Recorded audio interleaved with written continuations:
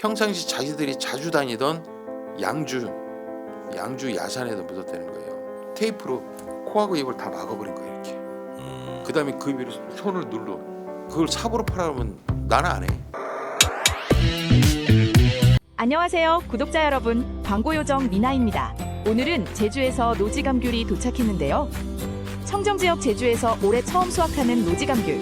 달달하고 상큼한 귤만 골랐습니다. 비타민C 가득한 과즙 팡팡 제주감귤.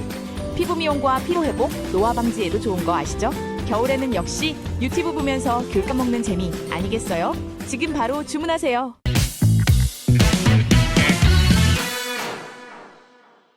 이 범인들의 자백을 받아내는 것들이 있잖아요. 예. 이게 정말 쉽지 않은 일인데 여기에서 참 감동적인 이야기들이 많이 나오는 것 같아요. 재밌는 것도 많이 나오고. 예, 그렇죠.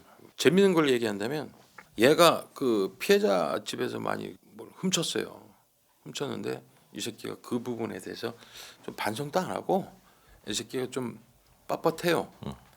그래서 훔친 것도 일부 이제 인정을 안 하고, 야, 너 걔가 어떻게 사는 줄 알아? 어떻게? 이 새끼가 백혈병이야. 그런 아픈 사람을 그렇게 네가 또 가슴 아프게 또 훔치고 이러면 되겠어? 이 새끼야 지금이라도 막 다 얘기하고 막 인정을 해, 새끼야. 그랬더니 막 예. 또 어디다 해서 그 노트북 팔아먹고 그래? 다 했어요. 이제 지장을 찍어. 그럼 그분은 어떻게 살고 있어요? 일단 찍고 얘기해, 새끼야. 다 찍었어? 그 어떻게 살고? 다 났어. 뭐라고요? 백혈병 다 났다고. 그럼 다 나서 이제 정상인. 그래, 새끼야. 왜? 그랬더니 와, 형사님, 왜? 뭐 내가 거짓말했어? 왜? 뭐? 그런 적도 있죠. 예. 그 친구는 가슴이 아프고 내가 큰 맞아요. 죄를 그렇죠. 또 마음 아프게 했다. 그래서 에이씨, 내가 자백을 해야지. 근데 자백한 거죠. 집단에는. 네네. 근데 다 났다니까 이제 황당해 갖고 그런 적도 있죠. 야, 그것도 진짜 그 순간에 느껴지는 어떤 그 그렇죠. 촉이라 그럴까요? 예. 느낌? 예. 그 부모가 어떻게 사는 줄 알아, 엄마? 그러면서 그러면서 좀 감정을 이끌게 하는 거죠. 감정을. 그러면서 걔한테 이제 어느 정도 끌어내고 부모가 어떻게 사는지 차 2대 갖고 잘 먹고 잘 살아. 뭐 그거죠. 감정을 이렇게 이끌어내는 게 그렇게 쉽지는 않거든요. 그럼요. 근데 얘가 이제 뭐 어떤 감정이 부모의 쪽인지 여자 쪽인지 그런 감정을 잘 파악해야죠. 조사를 할 때. 하다 보면은 이제 여자 쪽으로 좀 저기 하는 애들은 야, 그 여자가 돌싱으로 혼자 애 키우고 있는데 네가 그렇게 하면 되겠어? 그렇게 시작하면 너는 이제 일탈이고 쾌락이라고 생각하지만 그 여자는 넌 그렇게 함부로 대하면 안 돼. 딱 이런 식으로 얘기를 하죠. 오늘 사건의 제목을 좀 붙여주신다면 내가 그렇게 미웠냐? 내가 그렇게 미웠냐? 예, 피해자의 말인가요? 아니면 피의자의 말인가요? 피해자의 말이죠. 피해자의 말. 그 양반이 그랬을 것 같아요. 내가 그렇게 미웠냐? 한번 들어보겠습니다. 예, 한번 얘기할게요. 네. 71세 조성구 씨는 1972년 2월 12일 날 혼인신고를 했어요. 그리고 슬아의 자녀는 2명의 자녀가 있어요. 네. 그런데 2014년 1월에 합의 이혼을 했어요.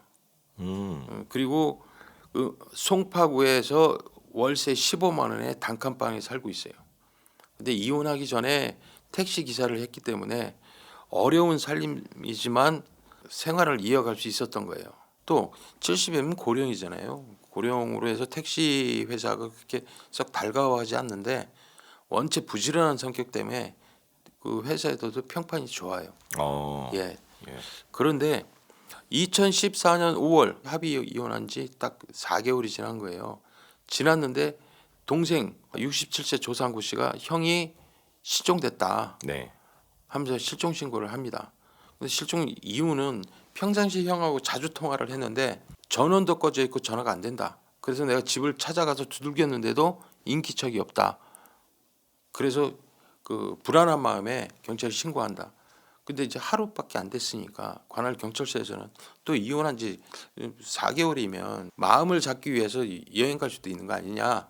그러니까 하루니까 한 일주일만 두고 봤다가 보시죠 그런 거예요. 네.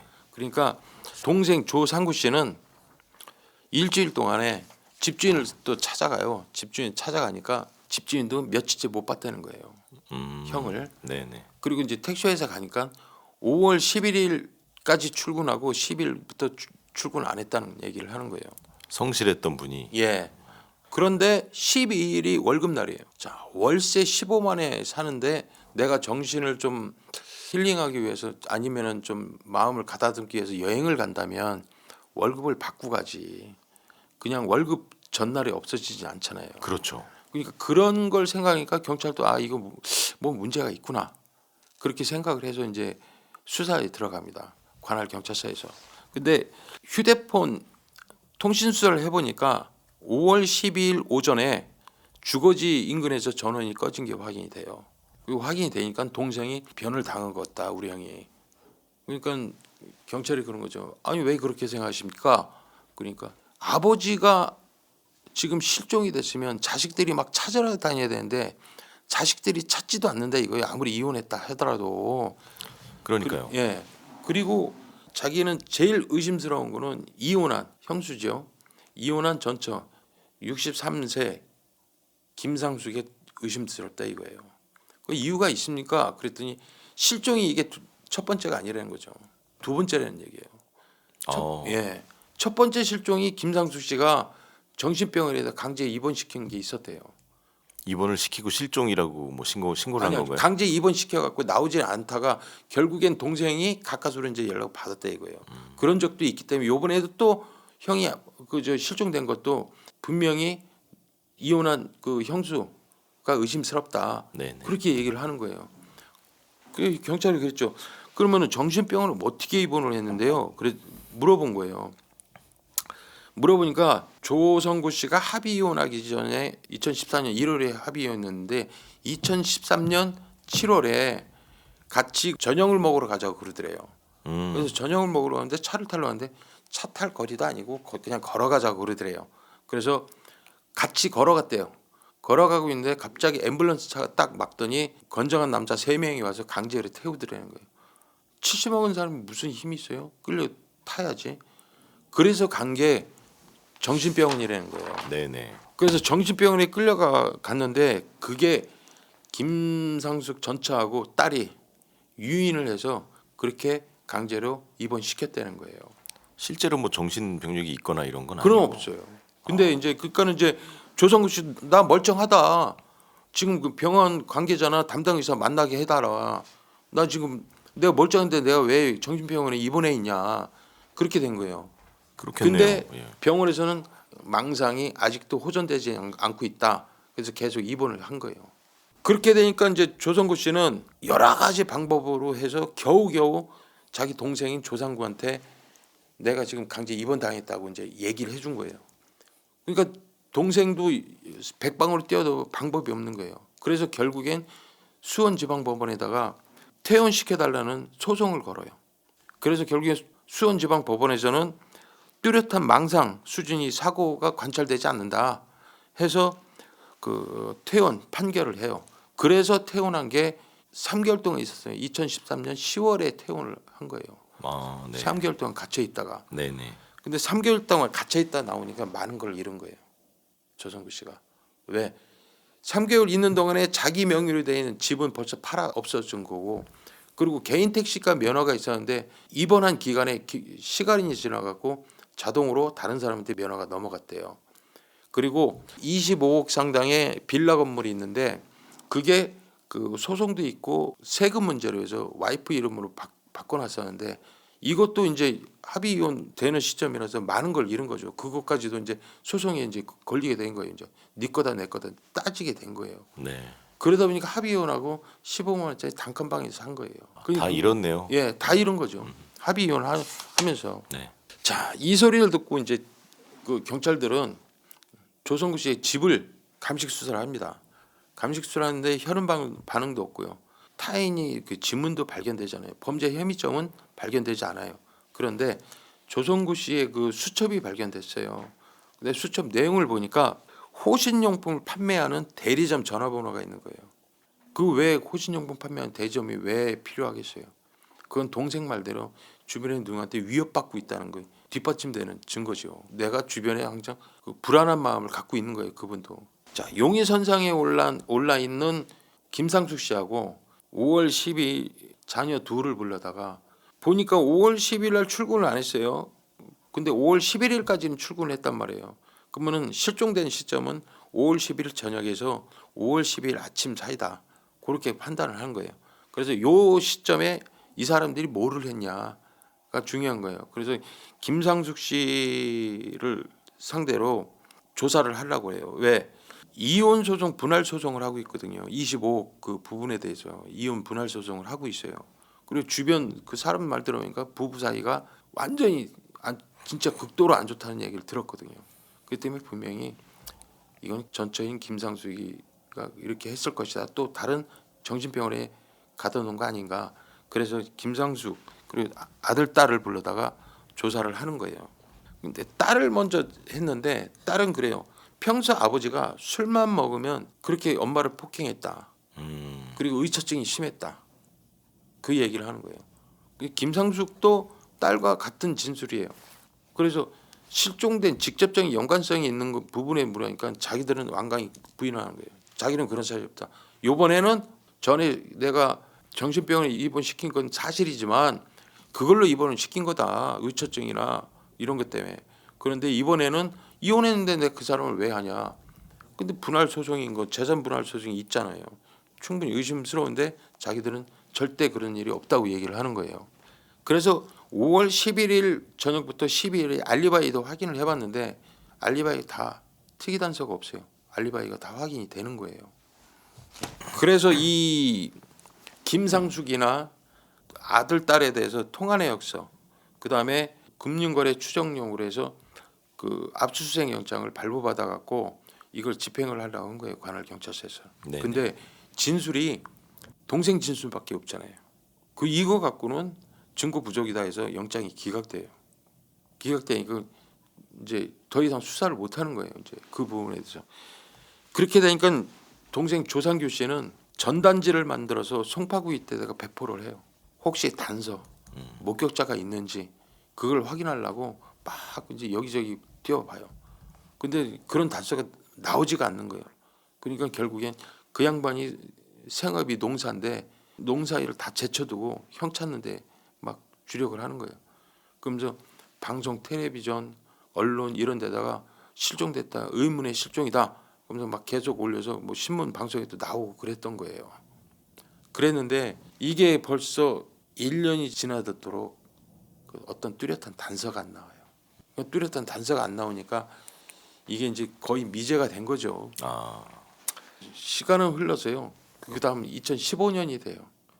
15년 6월 20날 천안 서북경찰서 강력 3팀의 이 형사한테 편지가 한 장 옵니다. 예, 그 편지 발신인은 몇 년 전에 그 강력 3팀에서 그 절도 행각을 벌이던 구속시켰던 구 씨한테서 편지가 온 거예요. 이 편지 내용은 구 씨가 그 생활고에 시달려서 절도 행각을 벌이다가 검거가 됐어요. 네. 근데 그 구 씨는 젊은 친구인데 나는 생활고에 시달렸기 때문에 난 절도한 것뿐이다. 어떤 이 장발장 같은 그런 얘기를 하는데 배고파서 빵을 훔친 거다 이런 식으로 생각을 하는데 야 그것도 사지 멀쩡하지 않고 어려운 사람이 그랬다면 이해를 한다. 그렇지만 네가 젊은 놈이 지금 사지 멀쩡하고 열심히 일해서 할 수 있는 기회가 있고 우리나라의 직업을 찾으면 널린 게 직업인데 그거 안 하고 훔쳤다는 게 이게 네가 생활고라고 자신 있게 얘기할 수 있냐. 깊이 반성하게 조사를 해라. 이 형사가 따뜻하게 그런 얘기를 해줬대요. 그러니까 그건 내가 잘못이구나 해갖고 죄송하다. 그러면서 끝까지 제가 죄송하다 잘못했다 반성하는 빛을 보이니까 그 덕에 그 재판에서 6개월형을 받은 거예요. 그러니까 6개월형을 받고 천안 교도소에 수감을 됐다가 출소를 해갖고 지금 열심히 살고 있다. 정말 이 형사님 덕분에 이렇게 살고 있다. 그런 편지 내용인 거예요. 근데 마지막 편지 내용에 의미심장한 말이 있어요. 뭐라고 얘기했냐면 혹시 2014년 5월에 송파구의 70대 노인이 실종된 사건 아십니까? 그거 물어봐요. 그러더니 당시 텔레비전이나 신문 방송에 많이 나왔다고 하는데 알고 계시는지 모르겠습니다. 그러더니 덧붙이는 한마디가 그 사건에 대해서 자세히 들은 것이 있습니다. 저는 형사님만 믿고 제보할 수 있습니다. 연락 주십시오. 딱 이거예요. 그 제보를 받고 이 형사도 궁금하잖아요. 내 관나도 아니고 서울에서 일어난 일인데 방송 낸 거, 언론 낸 거 그걸 검색을 해봤더니 진짜 있는 거예요. 그래서 이거에 대한 제보, 그래서 이제 수소문 끝에 구 씨를 만나요. 이제 출소한 상태이고 예, 잘 출산 살고 상태니까. 있는, 예. 그래서 열심히 살고 있는 구 씨를 만나요. 만나서 무슨 내용인지를 물어봤어요. 그랬더니 자기가 교도소에 있을 때 들은 얘기인데 천안교도소에서 그 수감 생활을 하던 중에 47살 이진열이하고 39살 정호준이가 그런 얘기를 했대더라. 네. 잠깐만. 그랬더니 이 형사는 낯이 익은 거예요. 이름이. 그래서 자기 형사수첩을 찾아보니까 이진열하고 정호준이는 천안에서 부녀자를 승합차에 납치하려다 미수에 그친 게 있어요.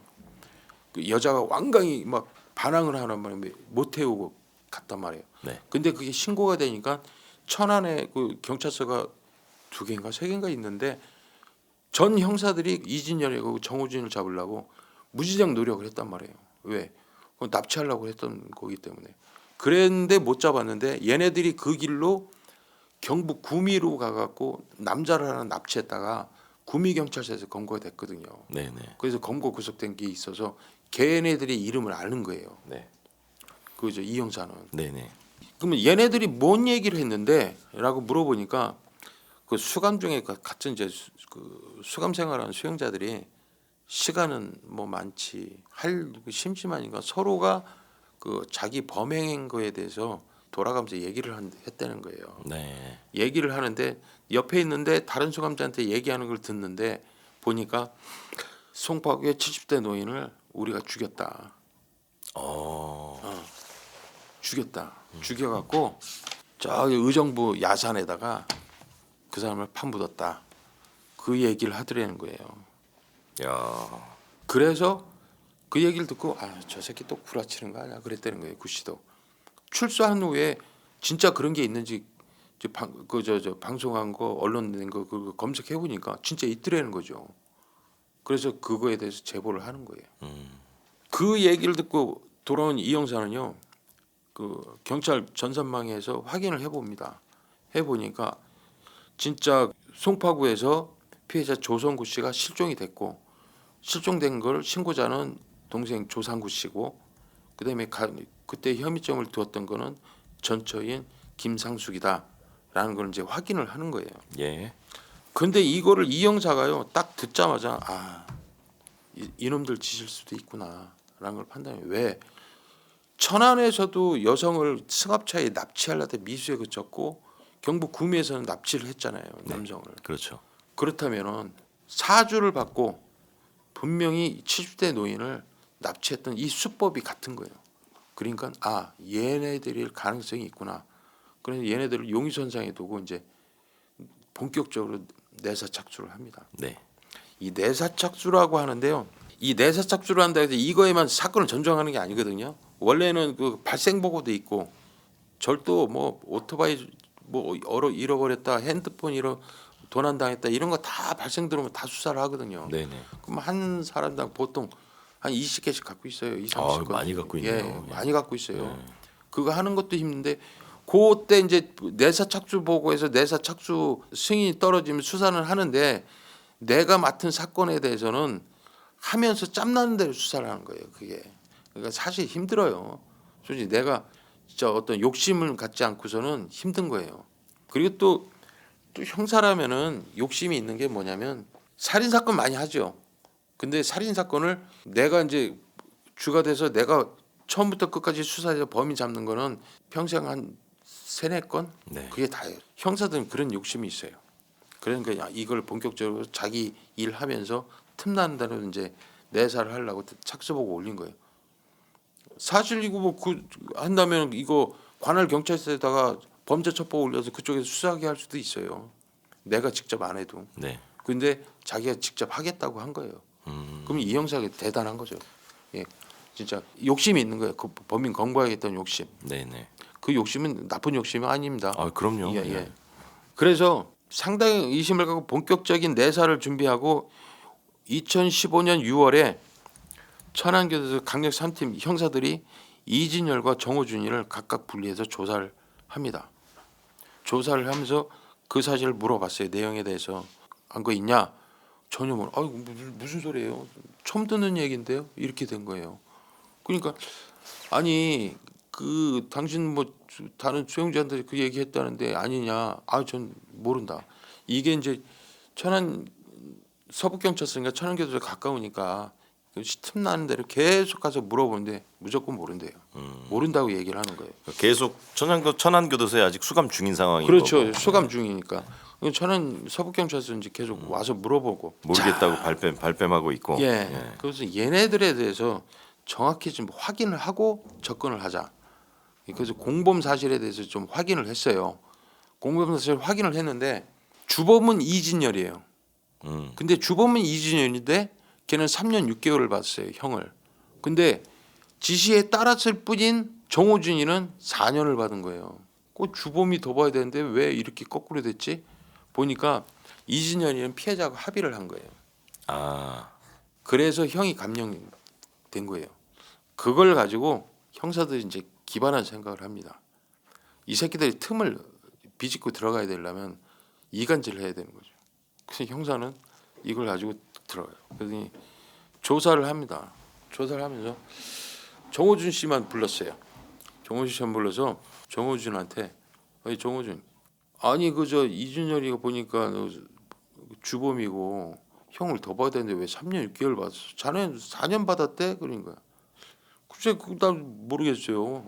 이렇게 된 거예요. 보니까 이준열 씨가 뭐 피해자하고 합의 봤더만 그래서 3년 6개월 받았더만 아 그래요? 그 이상 안 드는 거예요 걔는. 근데 거기다가 그런 거예요. 아이고 이준열이가 해도 너무했구만. 동생 하면서 같이 공범했으면 합의할 때 이 정호준 밑에 이름 하나 써주면은 말이야 어? 형이 그냥 확 줄어버릴 텐데 그걸 왜 안 했대? 이렇게 된 거예요. 그러니까 그때 이제 이준열이 그러니까 정호준이가 빡이 도는 거야. 그러네 발. 그럼 좀 막 열받아 하는 거예요. 그렇죠. 아유 사람이 원래 그런 거야. 자기만 살겠다고 하는 거야. 그러면서 막 일부러 이제 옆에서 이간질을 한 거예요. 그러면서 이제 라포를 형성하는 거예요. 뭐 심리적 그 친밀감을 주려고. 그렇죠. 그리고 다른 건 안 하고 계속 와서 그 얘기하는 거예요. 그럼 물어보고 오늘은 뭐 먹었어요? 뭐 얘기하고 그거를 5개월 동안 찾아간 거예요. 와 오랫동안 가셨네. 네. 5개월 동안 정호준만 주구장창 만난 거예요. 그러니까 왜 사람이 처음에는 형사를 만나면은 내가 입 뻥긋하면은 내가 뭐 하나 더 죄를 얹어서 간다는 생각에 말을 안 하잖아요. 그러겠죠. 근데 예. 계속 만나면서 엉뚱한 얘기만 하는 거예요. 오늘 뭐 나왔어요? 밥이? 아 여기 평상시 얘기를 하니까 사람이 긴장이 이제 풀어지는 거예요. 그죠. 좀 친밀해지고 편해지고 긴장이 풀어지면서 이제 이간질 시켰잖아요. 이진열은 어떻게 지낸대요? 몰라요? 뭐 음식 투덜대고 아유 그래도 뭐 형인데 뭐 참 형은 무슨 형이에요? 무슨 이렇게 만드는 거예요. 그러면서 이제 슬슬 이제 얘기를 하니까 살짝 입을 열기 시작합니다. 5개월 만에. 정호중 씨가. 예, 정호준이가 아주 그냥 이 5개월 동안 가면 형사들은 얼마나 끈질겼겠어요. 아, 그러니까요. 진짜 내가 시간 날 때마다 가는 거니까 발생사건 하면서도 입을 열기 슬쩍 시작하는데 조성구를 납치할 때까지는 자기는 있었대요. 같이 있었대 이준열이하고. 그런데 중간에 날더러 내리라고 그래서 살인이나 사체 유기는 하지 않았다. 이제 얘기를 하기 시작한 거네요 이제. 예, 예. 그러니까 피해자를 납치할 때는 같이 있었대요. 근데 중간에 내리라고 해서 자기는 내렸대. 그렇게 하고 갔다 와서 다 끝났어. 다 끝났다 그러더래요. 그래서 죽은 줄 알고 있었지 자기는 정확하게 그 이유는 모른다. 납치된 거는 내가 인정한다. 그렇게 얘기를 하는 거예요. 이진열이한테 이 사실에 대해서 조사하니까 자기는 금시초문이다. 모르는 얘기다. 절대 난 그런 사실 네. 없다라고 얘기를 하는데 사실 정호준이가 빠졌다는 게 말이 안 되죠. 그렇죠. 지만 빠지고 이제 어떻게든지 열 받으니까 저 새끼만 더 형이 지랄이 필요 없어.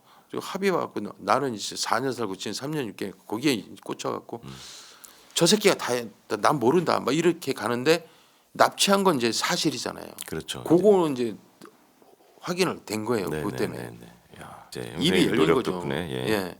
그래서 정호진이 종합해 보니까 김상숙이가 직접적으로 그 청부 살해를 한 건가 그거에 물어보니까 김상숙 중간에 누군가 있다는 거예요. 그러니까 김상숙 씨가 부인이죠. 예. 전처인 전처, 김상숙이가 이진열이나 자기한테 직접적으로 청부한 게 아니라 네. 중간에 누군가 있는 느낌이 들는 거예요. 진술을 하는데 왜 직접적으로 얘기를 했으면 김상숙이가 어떻게 했다 이렇게 나와야 되는데 그 말을 흐리는 게 중간에 누군가 있는 거예요 여기에. 그래서 강력 3팀의 형사들이 압수수색을 합니다. 압수수색 영장을 발부받아요. 뭘 발부받았을까요? 전처? 아니에요. 이 새끼들 그저 교도소 들어갈 때 휴대폰 다 반납하고 들어가잖아요. 그렇죠. 그 휴대폰을 압수수색을 한 거예요. 아, 왜? 그 휴대폰에서 포렌식 화면 나오니까 지워진 것도 확인되고 그래서 얘네들에 대한 휴대폰을 2개를 압수수색 영장을 발부받아 갖고 천안교도소에서 집행해서 그 압수된 휴대폰을 갖고 와서 포렌식을 맡깁니다. 아, 예. 야, 거기에 뭔가 다 있겠네요 지금. 그렇죠. 예. 그러니까 그걸 딱 해서 한 거죠. 그 다음에 통신 수사를 했어요. 통신 수사는 뭐냐? 이진열, 정호준이 그리고 김상수 자녀 둘에 대한 통신 수사를 해봤어요. 했는데 2014년 5월 11일에서 12일 전후 통화 기록을 다 뽑아서 비교 분석을 했어요. 네. 그랬더니 김상숙이는 한 사람한테 전화가 계속 가요. 그러다 계속 와. 네. 근데 이진열이도 그 한 사람한테 전화가 갔다 와. 계속. 중간에 한 사람이 있는 거야. 이 사람이 김상숙이한테 전화 받으면 이진열한테 또 전해주고 이진열이가 했으면 그 중간에 받은 놈이 다시 김상숙한테 전해주고 중간에 한 명이 있는 거예요.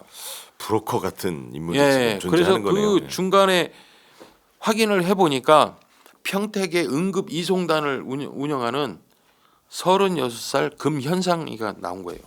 응급 이송단이요. 그 응급 이송단. 그러니까 예. 뭐 사고가 나거나 하면은 환자를 실어 나르는 환자를 실으는 응급대, 예. 사설 응급대죠. 사설. 예, 예. 예. 그런 이제 금현상이가 확인을 난 거예요.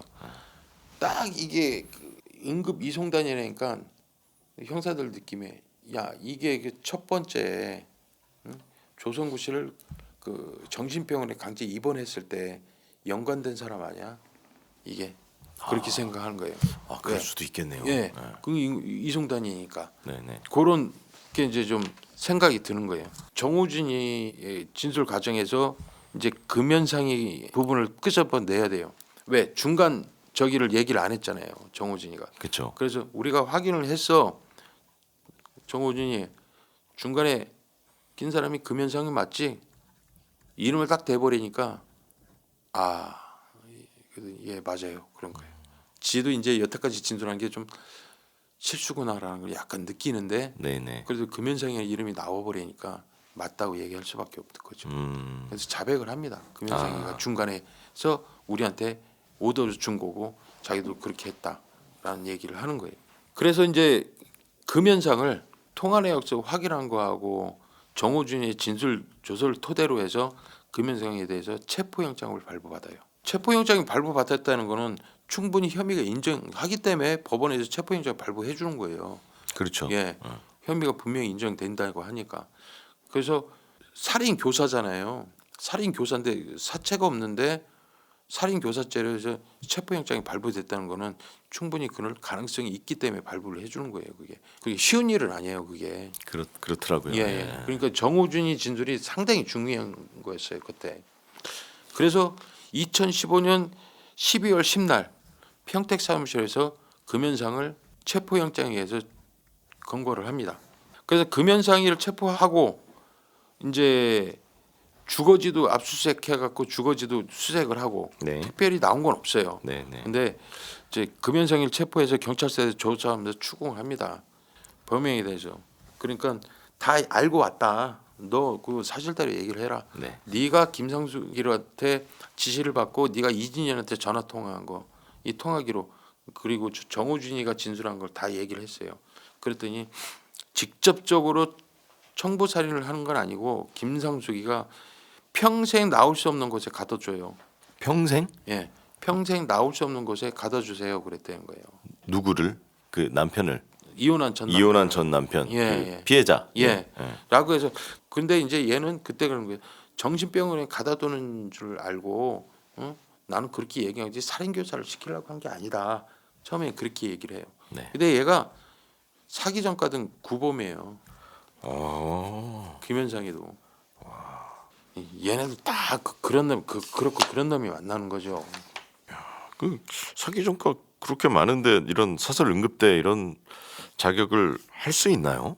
그런 것까지 확인은 안 하나? 그것까지는 제가 모르겠는데요. 네네. 사설 응급이라는 게 이게 그 사설이 여러 가지가 있는데 자격 요건을 엄격히 다루지 않는 걸로 알고 있어요. 그게 사설의 경우에는 예 사설인 경우. 그냥 일반 개인 사업 하는 식으로 하니까. 그렇죠. 그래서 그런 것 같아요. 그래서 이제 정호준이 진술 정황을 해서 계속 추궁을 한 거예요. 네. 아니 네가 그러면 정신병원에 입원하려고 했다고 생각인데 그러면 이진열이가 잘못 알고 죽인 거냐 그러면은 근데 계속 추궁을 했어요.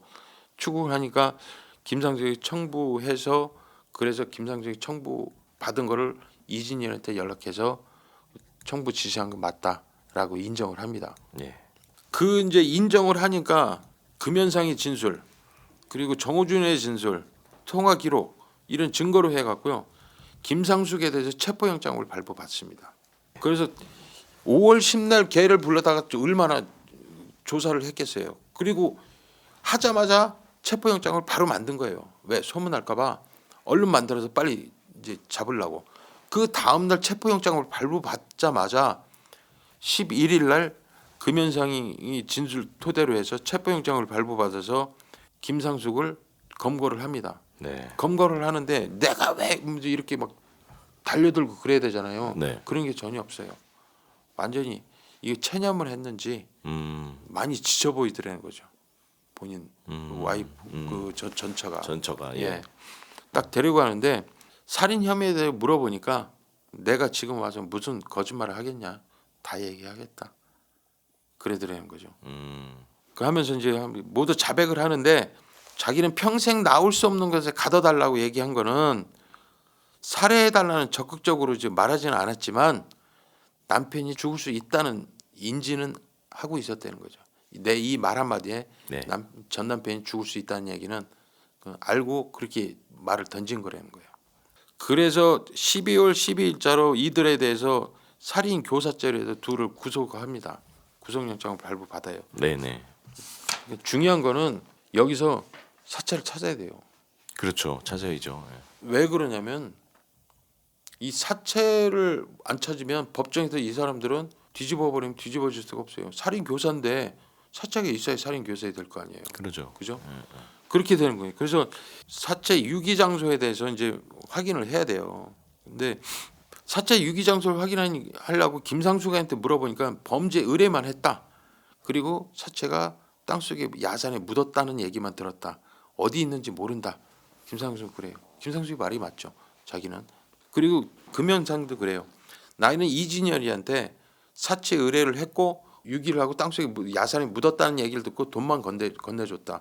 현장 가본 적이 없다. 그 얘기를 하는 거예요. 내가 다 알아서 할 테니까 걱정하지 마라. 너는 처음부터 할 때도 내가 다 알아서 할 테니까 넌 걱정하지 마. 그렇게 얘기를 했대요. 이진열이가. 그래서 네네. 걔한테 다 맡겼기 때문에 나는 모른다. 그 얘기를 하는 거예요.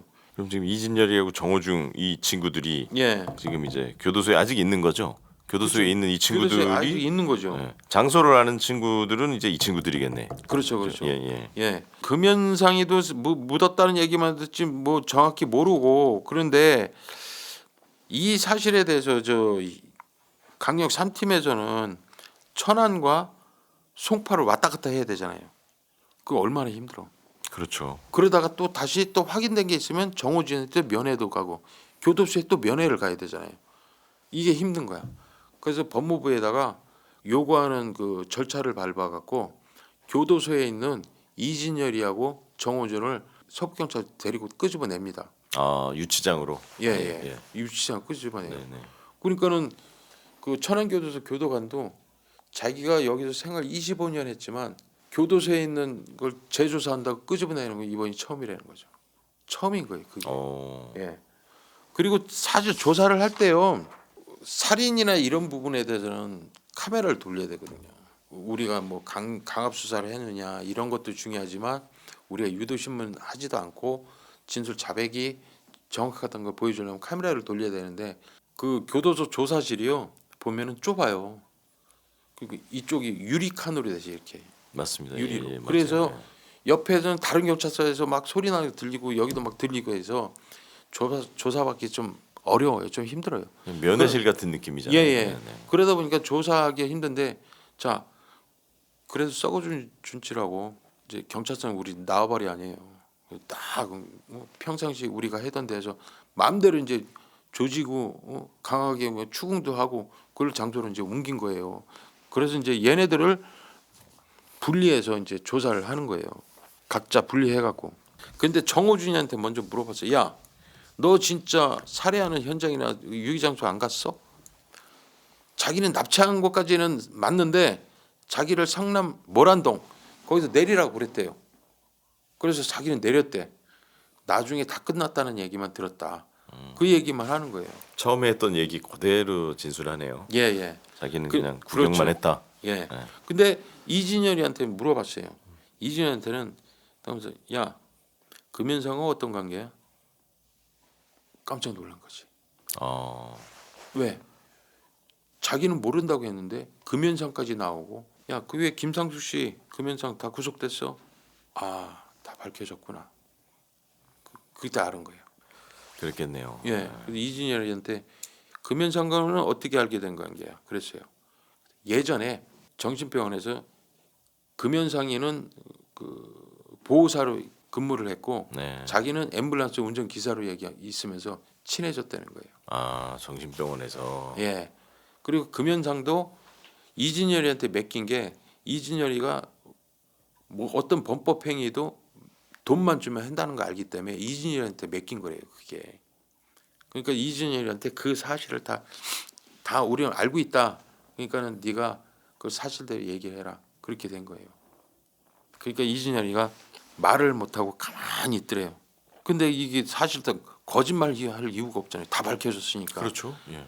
그래서 결국에는 사실대로 말씀드리겠습니다. 그래요. 그래, 너 그렇게 얘기해야지. 당신은 그렇게 얘기해야 돼. 얘기해봐. 그렇게 된 거예요. 그래서 이제 사체 유기한 장소가요. 평상시 자기들이 자주 다니던 양주 야산에다 묻었다는 거예요. 양주 야산에다가 그때 갈 때 정우진하고 같이 가서 했다. 정우진이 아니라고 그랬잖아요. 네. 근데 이진열은 정우진하고 같이 가서 했다라고 얘기를 해요. 정우진 이제 할 말 없는 거죠. 뭐 걔도 같이 갔다. 그러니까 저새끼만 혼자 하기는 처벌해줘야 했는데 지금까지 그렇죠. 이제 처벌하게 돼 있는 거예요. 이제 지금 했을 때는 그렇죠. 예. 근데 생각해보면 혼자 가서 뭐 땅 파고 막 옮기고 쉽지 않았을 것 같아요. 둘이 가야 그럼요. 해야지. 예. 그래서 이제 이진열을 데리고 가서 야산에 이제 그 진술대로만 이진열이 여기 갔어요. 천안이란 말이에요. 그럼 장소는 양주면은 여기까지 얘를 데리고 가야 돼. 사실상. 근데 부담도 되는 게 교도소에 끄집어낸 애란 말이에요. 가는 도중에라도 혹시나 뭐 잘못될까봐 위에서는 그렇게 그 웬만하면 경찰들끼리만 갔다 왔으면 좋겠다고들 하잖아요. 형사들도 마찬가지로 얘 하면은 둘은 끝까지 붙어 있어야 돼요. 얘 도망 못 가게. 그렇죠. 우리 같은 경우는 도망 못 가게 하려고 야, 너 신발끈 풀어 그래요. 우리는 신발을 꾸겨시게 하든가 뛰지 못하게 하려고 우리들이 그래요 원래. 그러니까 얘를 할 때 안 데리고 가서는 여기입니다라고 얘기해 줄 수가 없잖아요. 그렇죠. 그래서 이제 어쩔 수 없이 데리고 가는 거예요. 대동해서. 그래서 양주 야산에 갔어요. 양주 야산에 갔는데 거기가 유기한 데가 벌써 1년 7개월이 지났잖아요. 그렇죠. 1년 7개월의 세월이 지나니까 주변에 묘를 정리하면서 흙이 더 올라오는 거예요.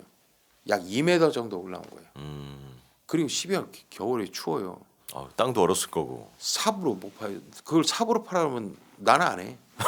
난 못 파요 진짜. 그래서 결국엔 포크레인 조그만 거 있잖아요. 네. 그 포크레인을 동원시켜 갖고 4시간 작업을 했대요. 그러면 삽으로 파면 얼마나 됐겠어요. 큰일 날 뻔했죠. 삽으로 파서 사체를 확인을 합니다. 사체는 그 1년 7개월 동안에 많이 부패가 돼 있었고요. 그래서 국과수에다가 사체를 부검 의뢰를 했어요. 부검 회진으로는 그 조성구 씨가 맞다고 회진이 내려왔고요. 이 건에 대해서 사건 전모를 한번 물어봤어요. 예. 근데 김상숙은 이혼하기 전에 이 피해자를 어떻게든지 강제 입원시키려고 그랬대요. 입원을. 입원을 강제 그 정신병원에 입원시켜 놓으면은 네. 그 사이에 재산을 빼돌릴 수 있다고 생각을 했대요. 네, 그래서 네. 강제 입원을 시켜서 했는데 시민응급센터 평택지점을 운영하는 금연상을 알게 된 거예요. 그 과정에서. 예. 그래서 강제 입원을 시켜줘라 네네네. 조건으로 2천만 원을 줬대요. 음. 그래서 입원을 시켰는데 그 동생으로 인해서 법원 판정을 받아 풀려나 버렸잖아요. 그렇죠. 예.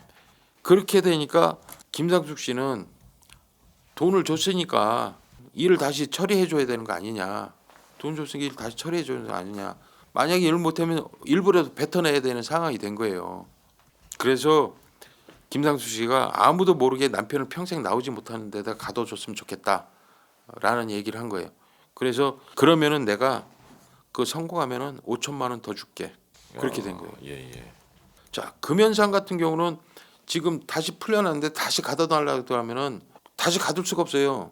판결이 나왔기 때문에 이제 정신병원에 다시 재입원 시킬 수가 없단 말이에요.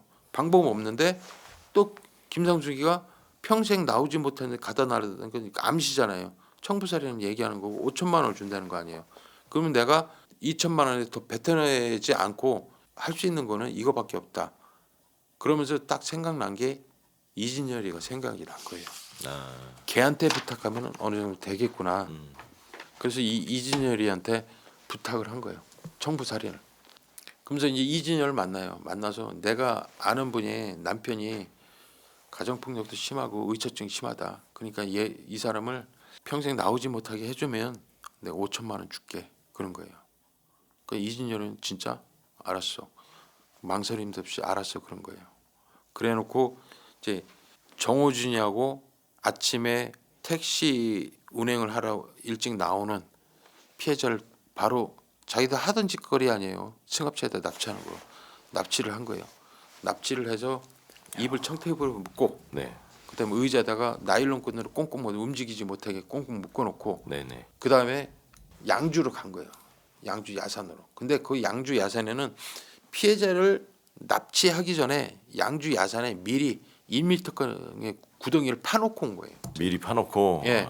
왜 가다 놓고 묶어놓고 파다가 뭐 돌발 상황이 있을까봐 미리 파놓고 간 거예요. 미리 파놓고 와서 그냥 딱 묶고 하려고. 덮어버리게. 예. 네. 그래서 갔어요. 예. 파놓고 현장에 와서 딱 하자마자 테이프로 코하고 입을 다 막아버린 거예요. 이렇게. 그다음에 그 위로 손을 눌러 이렇게 손을 눌러서 숨을 못 쉬게 한 거예요. 질식. 그래서 질식사를 시킨 거예요. 아. 질식사를 시키고 그대로 파놓은 1m 웅덩이에다 집어넣고 흙으로 묻어버린 거예요. 이거에 대해서 이제 사체 유기했던 거를 다 확인을 했어요. 그 사체도 확인하고 정호진을 불렀어요. 너는 아직도 납치한 이후에 가본 적이 없어? 야 사체 찾았어 마. 이진을 얘기했고 그때서 이제 시인을 하는 거예요. 닥다그래죠 얘도. 이진현이만 좀 보냈으면 했는데 지까지 이렇게 끌려간 거예요. 이렇게. 그렇죠. 결국 입을 예. 열었다가 입을 열었다가. 사실이 다 밝혀지면서. 네. 아무튼 얘로 인해서 시작돼서 잘 풀리긴 했지만 네. 참 이간질이 잘 먹힌 거죠. 그렇죠. 예. 근데 한 가지 궁금한 거는 예. 금연상이가 예. 전처한테 5천만 원을 받는다 그랬잖아요. 예. 그럼 중간에 자기가 좀 뭐 이렇게 챙기거나 이러진 않았나 봐요. 그럴 생각을 나도 이제 해봤어요. 네. 생기지 않을까 하다못해 돈 1천만 원이 갖고 이렇게 그쵸. 4천만 원 주면 되니까. 네. 그랬는데 이진열이가 13일 날 그 와갖고 그 금연상이한테 야 이거 살인 증거야. 준 게 종이 가방에 그 피해자 지갑이 있는 거예요. 네. 그러니까 그걸 보고 공원에서 만나는데 자 5천만 원도 5천만 원을 줬대요. 이 5천만 원 준 게 자기는 2천만 원에서 그나마 뱉어내지 않아서 다행인 거고 그 이 5천만 원 살인에 대한 5천만 원이잖아요. 여기서 내가 조금이라도 떼간다면 살인의 공범이 같은 느낌이 드는 거지. 야, 그럴 수 있겠네. 그냥 교사만 했다 중간에 네네. 그 정도 하고 내가 이 돈을 받는과 동시에 나는 또 살인이 직접적인 연관이 있구나라고 판단할 수도 있잖아요. 그렇기 때문에 아 이거는 나는 선을 긋는 거죠. 나는 마음속으로. 연결만 시켜줬다. 예, 그거지. 그렇다고 해서 연결시켜주면서 내가 그 커미션을 먹은 것도 아니고 그냥 연결만 시켜주고 돈도 다 줬다 이거예요. 그걸로 가면은 자기는 그래 예를 들어서 나중에 법에 걸리면 그 어떤 큰 처벌 받지 않지 않을까라는 생각이 마음속에 있었던 거죠. 그러니까 그 5천만 원에 돈 한 푼 안 뗀 거예요. 그 살인 교사잖아요. 예, 예. 살인 교사인데 돈을 만약에 좀만 더 받아가면 자기한테 어떤 뭐 더 큰 그런 느낌이 있는 거죠. 자기도. 네네. 예. 이해했습니다. 예. 그래서 그 5천만 원을 이진열이고 정우진한테 준 거고 김상숙은 저 의처증의 잦은 폭행으로 내가 피해를 입었다고 이야기하고 딸도 그렇게 얘기를 해요. 형사님들이 우리 가정을 뭘 하냐 이렇게 얘기 나오는데 또 반면에 참고인 진술들을 목격자들 진술 들어보면 오히려 피해자분이 맞았다는 얘기도 들려요. 그랬을 것 같아요. 느낌이. 예. 예. 근데 피해자분이 맞았다고 들리는데 글쎄요 모르겠어요. 갈등이 분명히 존재하는 건 맞아요. 맞는데 내가 볼 때는 처음부터 부유하게 사는 것도 아니고 택시 개인 택시까지 몰 정도면은 그분도 열심히 일을 했기 때문에 그만큼의 재산을 모았다고 생각되는데 어떤 분의 잘못으로 이렇게 재산에 그렇게 잘못해서 이렇게 마지막까지 이렇게 극단적인 상황이 됐는지 모르겠지만 누구의 잘못을 떠나기 전에 살인이라는 거는 두 사람의 원인이 어떤 원인이 제공이 됐든 간에 살인은 무조건 잘못된 거죠. 아, 그럼요. 예. 그거에 대한 살인은 무조건 잘못됐다고 보여져요. 예. 예. 그래서 김상숙 금연상은 살인 교사죄로 하고요. 이진열과 정우진이는 살인과 사체 유기로 해서 구속 송치를 합니다. 이게 어떻게 보면은 그 제보 편지 있잖아요. 네. 저도 가끔가다 받아요. 편지. 예, 편지 형사님 잘 지내십니까 하면서 편지를 받는데 편지가 보통 보면 마약하는 사람들이 그 제보를 많이 줘요. 왜 제보를 주면 감형 받거든요. 아. 그런 걸 노리고 이제 제보를 하는 경우인데 보면 거의 똥제보가 많아요. 제보가 거의 아닐 경우가 많아요.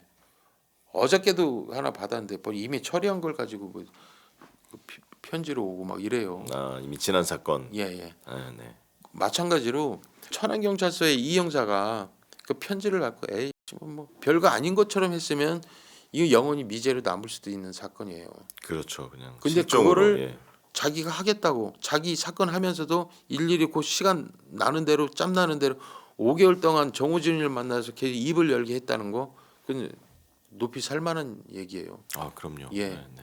저는 이제 얼마 안 있으면 퇴직하지만 그런 분들이 형사를 하고 있으니 든든하다고 생각해요. 저는 그런 친구들이 많아요. 제가 보면은 야 나 말고는 뭐 나만큼 하는 사람 없을 거야. 천만의 말씀. 진짜 사명감 있고 진짜 열심히 일하는 우리 후배 형사들 되게 많거든요. 네. 그런 분들이 있으니까 진짜 이런 어려운 사건도 해결한다고 생각하고요. 여기에 한 6개월, 7개월 동안 수사를 했겠네요.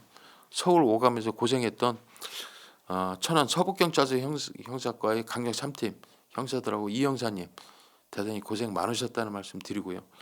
그리고 가족 간에 어떤 불화로 이렇게 돌아가셨는지 모르지만 그 피해자분도 어떻게 보면 억울하게 돌아가신 거죠. 네, 네. 쓸쓸하게 돌아가신 것 같아요. 돈이 몸 필요했어요. 맞습니다. 예, 그분에 대한 그 명복을 빌면서 1심에서 김상숙 금연상은 살인 교사죄로 징역 15년 받았어요. 각각. 15년씩. 예, 예, 예. 예. 이진열은 무기징역 받았고요. 정호준은 24년 받았어요. 살인을 한 사람들이 그래도 큰 형이 좀 많이 받았네요. 예, 예, 예. 그래서 이진열이는 무기징역, 정호준이는 24년 받았어요. 그 정호중 씨는 수사하는데 그래도 좀 어느 정도 뭐라 그래야 처음에 입을 열어줬잖아요. 입을 열어준 예. 지점들이 조금 예, 그래도 그런 게 이제 어느 정도 감형이 정상 좀 참작이 되지 된 것 않았나요? 같아요. 네네, 예, 네. 그래서 그런 것 같아요. 그런 거 보면 뭐 정호진이도 계획대로는 됐죠. 자기 4년, 저 새끼 3년 6개월 했는데 너 무기징역 받아봐. 나 24년밖에 안 돼. 이거죠. 뭐. 그렇죠. 예, 예. 그래도 이게 참나 미제 사건은요 진짜 힘들어요. 다시 해야 한다고 하잖아요. 그렇죠. 다시 하면은 그 사건 서류를 다 받아야 되거든요. 그리고 이게 시간이 오래 지났기 때문에 예, 예. 뭐가 정말 많이 바뀌고 없어지고 그렇죠. 그 뭐 관련된 사람 중에 좀 뭐 돌아가신 분도 있을 수도 예. 있고. 저도 살인 미제 사건이 하나 접한 게 인제 막 막내할 때 그 고양서 형사계에 4개월, 4, 5개월 때인데 단란주점 여주인이 살해당한 건데 그 아직도 미제예요. 아, 그거에 대해서 아직도 저 머릿속에 남아 있어요. 근데 내가 어느 정도 했던 거고 하면은 저기 하겠는데 그때 당시에는 지금이면 잡아요. 지금이면 잡는데 그때는 감식이 들어오기 전에 형사들이 다 밟고 다녔어요 현장을. 아, 어떤 감식 체계도 없었고, 네네. 예, 96년도니까, 네네네. 예, 감식 체계도 없었고 그냥 그 현장 그냥 다 저기 고참들이 시키는 대로 할 때잖아요. 그렇죠. 그때 네. 보면은 지금은 감식 체계가 확실해 있잖아요. 형사고 뭐 서장, 청장 와도 소용없어요. 범행 현장은 감식 과학수사팀이 안에 들어가기 전까지는 들어오세요라고 하기 전까지는 못 들어가요. 그 과학수사팀이 다 싸그리고 감식하기 전까지는. 지금은 그런 체계가 발표해 있었는데 네. 예전엔 그런 게 없었잖아요. 그러니까 그런 게 조금 아쉬움이 많이 남아요. 만약에 그랬으면 확인되지 않았을까. 네네. 그때 범행 현장에도 똥을 싸놨거든요. 그거예요. 왜 여성 팬티나 범행 현장에 그 똥을 싸놓으면은 잡히지 않는다는 그 절도범들의 속설. 아, 있었어요, 예, 예. 맞아. 그런 예. 게 있잖아요. 네네. 그게 있어서 이 새끼는 절도범이다라는 생각은 들었어요 현장에서. 그런 경우가 있거든요. 근데 지금은 놓치는 거 없습니다. 과학수사팀이. 그렇기 때문에 이거에 대해서 혹시라도 나쁜 생각을 하는 사람이 이 프로 보고 뭐 이제 이걸 받아서 이제 범행이 사용하려고 한다면 절대 그런 생각하지 마세요. 큰일 납니다. 왜 다 잡힙니다. 그러니까요. 요새는 뭐 진짜 완전 범죄는 없는 것 같아요. 다 아우, 잡히는 것 같아요. 예. 정말. 이 형사도 봐봐요. 이런 끈질긴 형사들이 대한민국에 많아요. 그러니까 뭐 괜히 허튼 생각하지 않았으면 좋겠어요. 네네. 예, 진짜 스모킹건이라는 표현이 그렇지만 그 편지 마지막 한 줄. 그렇죠. 예. 그거에 딱 진짜. 받고 가서 한 게 진짜 잘했죠. 이 형사님이 그때 현장 가서 보고 만나서 하고 그 수사를 시작하면서 끈질긴 5개월 동안에 면회하고 그 얼마나 좋은 거예요. 그렇죠. 그리고 그 이 형사님이 범인을 잡는 과정에서도 분명히 예, 정의로움과 예, 그 사람에 대한 애착 그렇죠. 그리고 뭐 더 앞으로는 잘 살게 하려는 마음 이런 것들이 예. 그 범인도 느꼈을 거 아니에요. 그러니까 편지를 그렇게 보내고 그럼요. 예. 예, 제보를 하고 그런 과정이 있지 않았나 싶네요. 예. 맞아요. 그 이게 제가 그 지능범죄수사팀에도 있었어요. 그리고 형사과에도 있었고 수사과 지능범죄수사팀이 있었는데 지능범죄수사팀은 돈 있는 사람이 돈을 더 굴리려고 편법을 쓰는 이런 경우 보험 사기도 있겠지만 이런 경우가 많잖아요. 네네. 근데 반대로 강력은요 없는 놈이 훔치고 없는 놈이 죽이고 뭐 이런 거예요. 네네. 그러니까는 좀 칼라가 달라요.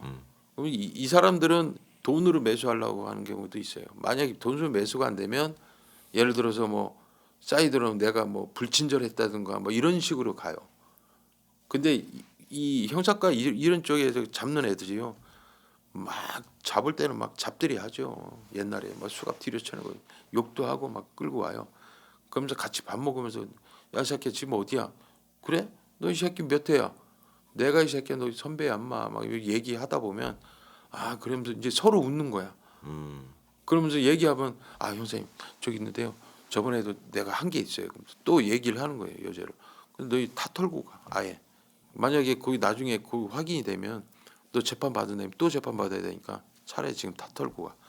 털면서도 나중에 이제 송치할 때요. 송치 전날에 유치장이 끄네요. 지금은 유치장이 통합돼서 그런 일이 없지만 끄집어서 국밥 하면 먹이고 그다음에 담배 한 대 피고 너 이 새끼 나오면 두 번 다시 그런 일 하지 마. 알았어?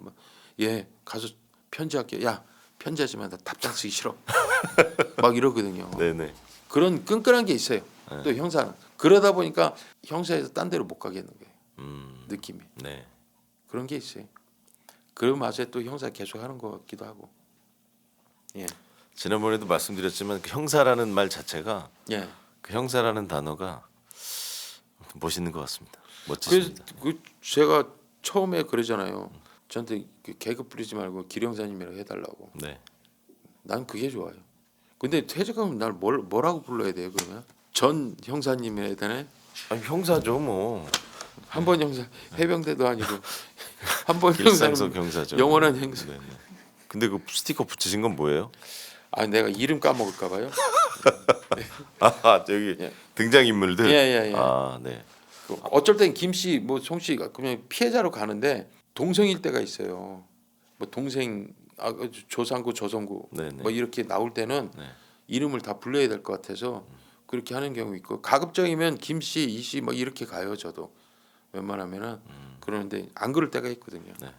예. 근데 거의 이름 다 붙이셨잖아요. 거의 이름 다 붙여요. 근데 가끔가다 김씨 이씨 할 때도 있어요.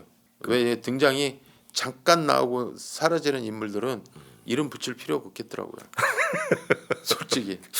좀 헷갈릴 수도 있어요. 예, 그래서. 예. 네. 그러니까 헷갈릴 수도 있기 때문에 그냥 김씨 이씨를 이제 하고 피의자나 되는 거는 이제 이름을 좀 밝혀야 될 부분이 있으면 예, 가명을 써야 되고 이게 그 피해자 보호에 대한 그런 그 부분 때문에 가명을 씁니다. 제가. 알겠습니다. 그 스티커 한 번만 보여줄 수 있으세요? 뭐라고 쓰는지 궁금합니다. 아이 이름만 썼어요. 이름만. 이름만, 네. 이, 피해자 조성구 뭐라고 쓴 거예요? 전처, 김상수, 금현상, 이진열, 정호준. 예. 아 이렇게 한 거죠. 이렇게. 네네네. 이제 물어보지 마세요. 알겠습니다. 오늘 예, 예. 잘 들었습니다 사건. 예. 감사합니다. 예. 안녕하세요 구독자 여러분, 광고요정 리나입니다. 오늘은 포항 구룡포에 있는 과메기 덕장에 나왔는데요. 겨울에만 맛볼 수 있는 별미, 찬바람에 말린 과메기 어떠세요? 은은한 윤기, 쫀득쫀득한 식감, 깊은 풍미가 입안에 한가득. 푸짐한 과메기는 물론 싱싱한 쌈채소, 다시마, 꼬시래기, 마늘종, 고추에 초장까지 포항 구룡포에서 한 상 차림 그대로 배송해드려요. 겨울제철 과메기, 지금이 가장 맛있습니다. 지금 바로 주문하세요.